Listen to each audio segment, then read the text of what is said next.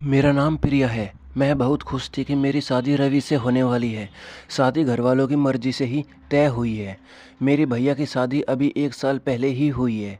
मेरी भाभी का नाम रचना है। मेरी भाभी बहुत सुंदर है, साथ ही बहुत हँसमुख है। हँसना और बातें करना उन्हें पसंद है। जब से भाभी घर आई है, घर में एक अलग ही माहौल रहता है।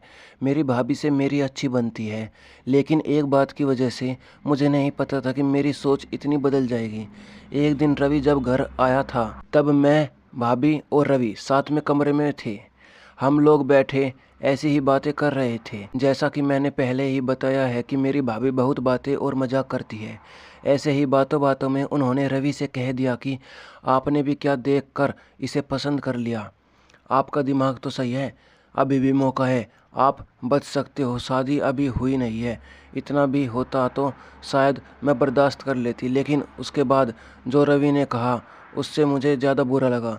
रवि ने कहा कि क्या करूं भाभी, आपकी जैसी सुंदर तो मुझे शायद मिलेगी नहीं, तो अब जो मिली है उसी से कर लेता हूँ। बात मजाक में ही हो रही थी, लेकिन मुझे वो बात दिल पर लग गई। उस समय मैंने भी बात हंसी में टाल दी, लेकिन मुझे अब वो बात सोने नहीं दे रही थी। मैं पता नहीं क्या क्या सोचने लगी थी। मैं अपने आप को भाभी के साथ कंपेयर करने लगी थी। मुझे उनसे और उनकी सुंदरी से जलन होने लगी थी। एक छोटी सी बात मेरे अंदर यह बदलाव ला सकती है, मैंने सोचा नहीं था। मैं उस बात का जवाब देना चाहती थी। मैं कुछ भी सोचने लगी थी। मैं सोच रही थी कि कैसे उन्हें भी रुलाऊं। शादी की तैयारियों के साथ मेरा दिमाग भी कहीं और ही चलने लगा। एक दिन भाभी शॉपिंग करने मम्मी के साथ बाहर गई थी। घर में भैया थे। मैंने सोचा था कि भैया को कुछ ऐसा कहूँ जिससे इन दोनों के बीच झगड़ा हो, कहासुनी हो, भाभी थोड़ा परेशान हो। उस समय मैं बस इतना चाहती थी, लेकिन मुझे नहीं पता था कि मेरी उस बात से उन दोनों की ज़िंदगी में जहर घुल जाएगा।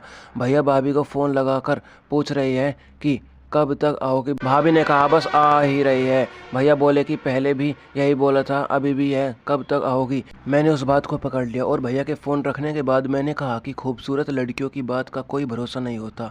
भैया पता नहीं क्या क्या छुपाती है, क्या झूठ बोलती है। आखिर वो भाई तो मेरे ही थे। उन्होंने भी मेरी इस बात को पकड़ लिया। पूछा क्यों, क्या बात कर रही है, तुझे कुछ पता चला क्या। मैंने जानबूझकर ऐसा दिखाया कि मैं कुछ जानती हूँ और उनसे छिपा रही हूँ। मैंने कहा नहीं, कुछ नहीं, मैं तो बस ऐसे ही बोल रही थी। भैया ने फिर पूछा तो मैंने और ज़्यादा उन्हें परेशान किया। मुझे पता था कि वो जितना परेशान होंगे उतना ही भाभी भी होगी। मैंने उन्हें ऐसे ही कहा कि भैया मैं क्या बताऊँ, आप खुद समझदार हैं। वो बोले क्या मतलब, क्या बोलना चाहती है, ठीक से बता। मैं अब क्या कहती, लेकिन अच्छा हुआ कि उसी समय भाभी और मामी वहाँ आ गए और बात टल गई। लेकिन मुझे बहुत खुश हो रही थी कि मैंने अपना काम कर दिया। भैया उनके आते ही अपने कमरे में चले गए। बस मुझे अब भाभी का वैसा चेहरा देखना था जो मैं देखना चाहती थी। भाभी करीब 1 घंटे बाद जब कमरे से निकली तो उनका चेहरा बयान कर रहा था कि मैंने जो बोला उसका असर हो रहा है। भैया का मुंह भी उतरा हुआ था। उस दिन से भाभी का बोलना और हंसना कम हो गया। भाभी का मुंह उतरा रहता था। मैं पता नहीं कैसे इतनी कठोर हो गई थी कि उनके आंसू से मुझे खुशी मिल रही थी। भैया और भाभी में सब कुछ ठीक नहीं है, इस बात का पता अब हमारे घर में सबको चल गया था। भाभी अब मुझसे भी बात नहीं कर रही थी, लेकिन मुझे बुरा नहीं लग रहा था। एक दिन भैया भाभी से किसी बात पर बिगड़ गए और सबके सामने उन्हें घर से जाने को कहने लगे। मम्मी और पापा ने कहा कि क्या हुआ, क्या बात कर रहा है, ऐसा क्या हुआ, लेकिन वो बोले नहीं कुछ भी। भाभी को वो बात बहुत बुरी लगी और वो घर से जाने लगी। मम्मी ने कहा कि शादी सर पर है, ऐसे कहाँ जा रही हो। भैया बोले उसे जाना है तो जाने दो। भाभी मेरी तरफ देख रही थी, लेकिन मुझे ना बुरा लग रहा ना मैंने उन्हें रोका। भाभी अपने घर चली गई। शादी में सिर्फ 10 दिन बाकी थे और भाभी घर से चली गई। घर में मम्मी, भैया और पापा को देखकर अब मुझे थोड़ा बुरा लगने लगा था, पर मैं अब कुछ नहीं कर सकती थी क्योंकि बात बहुत आगे निकल गई थी। सच बताऊँ तो बात इस हद तक चली जाएगी इसका मुझे भी अंदाज़ा नहीं था। शादी के समय सभी के मुंह उतरे हुए थे और इसका कारण मैं थी, लेकिन यह बात मैं कैसे बता सकती थी। भाभी को मम्मी ने फ़ोन किए लेकिन वो नहीं आई। घर का माहौल ही बदल गया। भैया से सभी पूछ रहे थे कि ऐसा क्या हुआ, लेकिन वो भी कुछ बता नहीं रहे थे। घर की रौनक ही चली गई थी। शादी को 1 दिन बचा था और भाभी अचानक ही वापस आ गई। भाभी को देखकर मम्मी खुश थी। मैं अभी भी भाभी से बात नहीं कर रही थी, सोच रही थी कि किस मुंह से बात करूं। मेरी वजह से भाभी इतना परेशान जो हुई। भाभी खुद ही मेरे पास आई। मैंने बोला आप आ गई, वो बोली हाँ। मैंने सोचा कि अगर मैं नहीं आती तो तुम्हें तैयार कौन करता। भाभी ने ऐसा कहा तो मैं रोने लगी।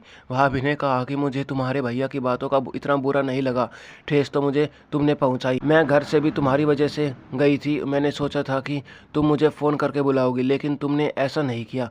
मुझे नहीं पता तुमने ऐसा क्यों किया, लेकिन मैं तुम्हें एक बात समझाना चाहती हूँ।